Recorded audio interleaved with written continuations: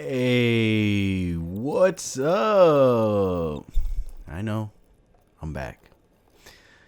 Let's pick up where we started off, or where we last left off, and that was at the point of doing the seam sealer. As you guys have seen in the previous videos, if you haven't, go ahead and go watch the previous one and the previous one from that one, and then that one, and then that one, and that one. We have a good roll going on. I know I don't do frequent updates like I should, but hey, they're out there. So here's the seam sealer I bought, straight from AutoZone. Here, was it AutoZone? Yeah, it was probably AutoZone. And I got whatever brand they had of seam sealer. And it seems to be a pretty good brand. It's called Dynamo, maybe. I hope I'm correct. Just find a generic seam sealer. If you find a 3M one, that'll be the best. I don't know if 3M actually makes it, but I just know they make valuable products. This one in particular was called Dynamo. So I just went ahead and did it. Alright, we have had a couple of days of rain.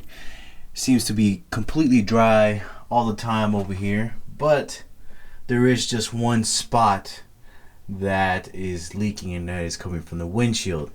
So for those who don't know, this windshield has been replaced by Safelite, and it seems like they got it all good. There's just one spot over here that the water is seeping out, and it is only when the rain is coming right towards the windshield, like right under this. So there's an open spot right down here that comes out and it starts to leak. But all the sealing that we have done so far, right here, is completely sealed. I haven't seen any type of water coming from it. And I think from the last video you didn't see this etch primed. Everything's etch primed so far. It's going to be scuffed down and then etch primed again. As you can see, there's some water spots where it was leaking from the windshield. That water pulled up here, stayed there a little bit, and it did get a little bit of surface rust there, as well as over there, because it seems like I didn't cover it well enough. So I'm gonna go ahead and sand this all down again and etch prime it again, and then put 150 grit on it, and then we're gonna do some rhino line on top of that. So yeah, we're gonna tackle those spots that seem to have a lot of rust on them. It's only through like moisture days, like if it's really humid, you can kind of see the surface rust on there. So I went ahead and just did another quick treatment on that particular spot. And also, here's my wife taking care of those holes on the center.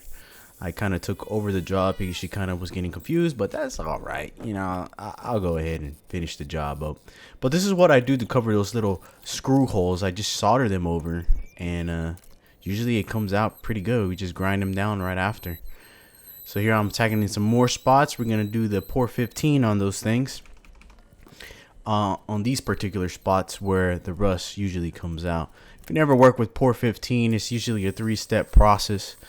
Degreaser, prep, the etch prep, and then the actual paint itself. So this is what we're actually doing. Hot water, clean those surfaces up, trying to get it as best as we can.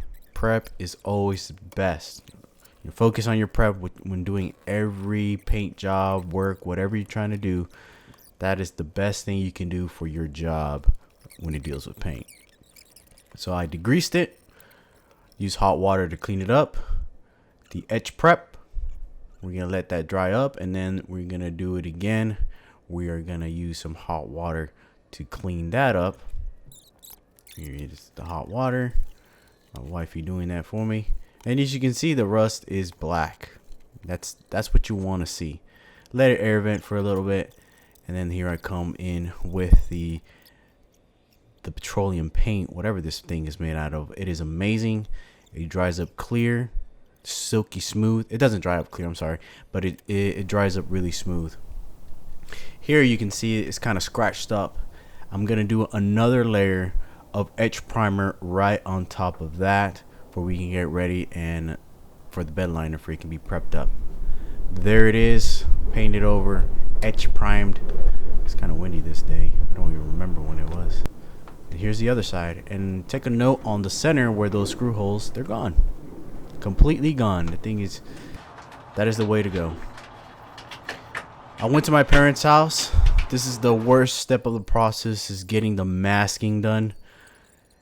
Boy, that sucks. You know, you're always fighting with the tape sticking to other surfaces, and it's just a pain. That is the by far the worst thing to do, is paint or masking the spots that you don't want to get painted on.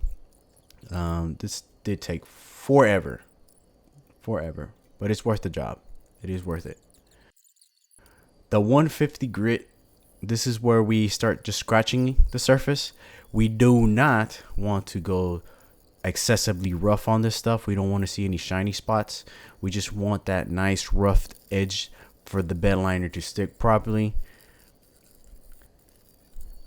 Just don't go too hard on that stuff and you'll be fine. That thing will stick. 2 people is better than 1. one can tackle one side and the other one can take the one. All right, so we got all the sanding. It took us like about an hour to get all the sanding done, but it's finally done. And in case that you're wondering, we use 150 grit just to rough up the surfaces. So we're at my mom's place, if you haven't noticed already. She has an enclosed area where we can actually do some painting, and not only that, we have the 60-gallon air compressor that does the job really well. So we're gonna now tape up the stuff we do not want to rhino line, or put the what are those things called, the bags or whatever, and we're gonna put those on the windshield and part of the back, for we won't get it on the doors. You know the drill. So we're gonna get that stuff done, and hopefully we'll get it at least finished today. Right after the sanding, we vacuumed it, and now we're gonna clean it with the mineral spirits, make sure there's no dust, and just try to prep it as best as we can. All the surfaces are roughed up, so let's do it. So now the bagging process. Yeah. You have to do it. If you don't do this stuff, you're gonna get stuff on things that you don't want. I know it sucks. The worst part of painting. But whatever. Just get it done. Fun stuff all around. It's the learning experience you're doing here, alright? The learning experience is what it's worth. Okay? Don't be over here saying, oh, it's too much work. Trust me. You do it enough times, it'll feel like it's fast. Alright, so we got everything taped. There's the walls. We're going to do the top, the pillars, firewall, floorboard. I think we got everything on how we want it. I'm still thinking an idea. I'll probably rhino line this next time. Not right now, because I just don't want to. I want to do this in phases. I don't want to rush things, because I know something else is going to come up. But this for 100%, I want to do it today. So let's do that. But so far, it's been like 3 hours of prep so far. First it was the sanding, and then it was the cleaning, and now it's the rhino line. So Raptor liner, actually, it's not rhino line. Not giving them enough credit, huh? So yeah, this is how it's gonna look. Next time you see it, it's gonna be all black. Rhino line out of its mind.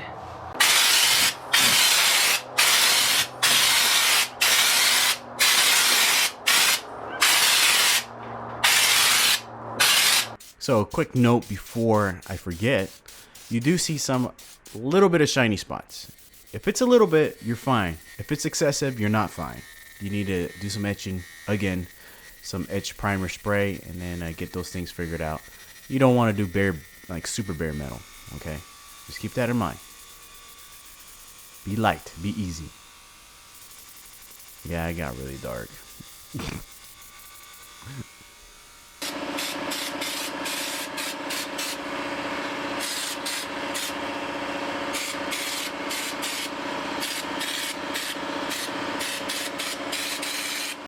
Alright, so I'm going to take a break. I'm doing some wiring repairs.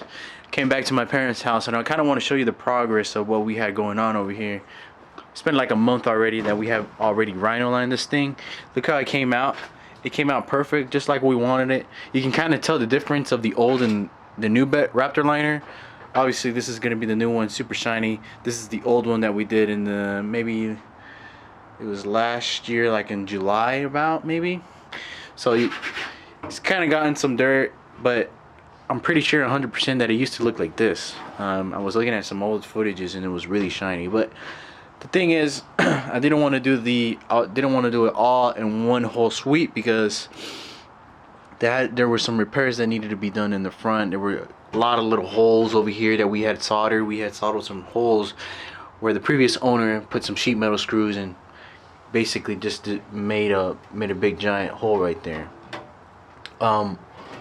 So I took off a little flake there, but yeah, look, this is the ending result. We also not only did we do the inside, we also did the outside. Check this out.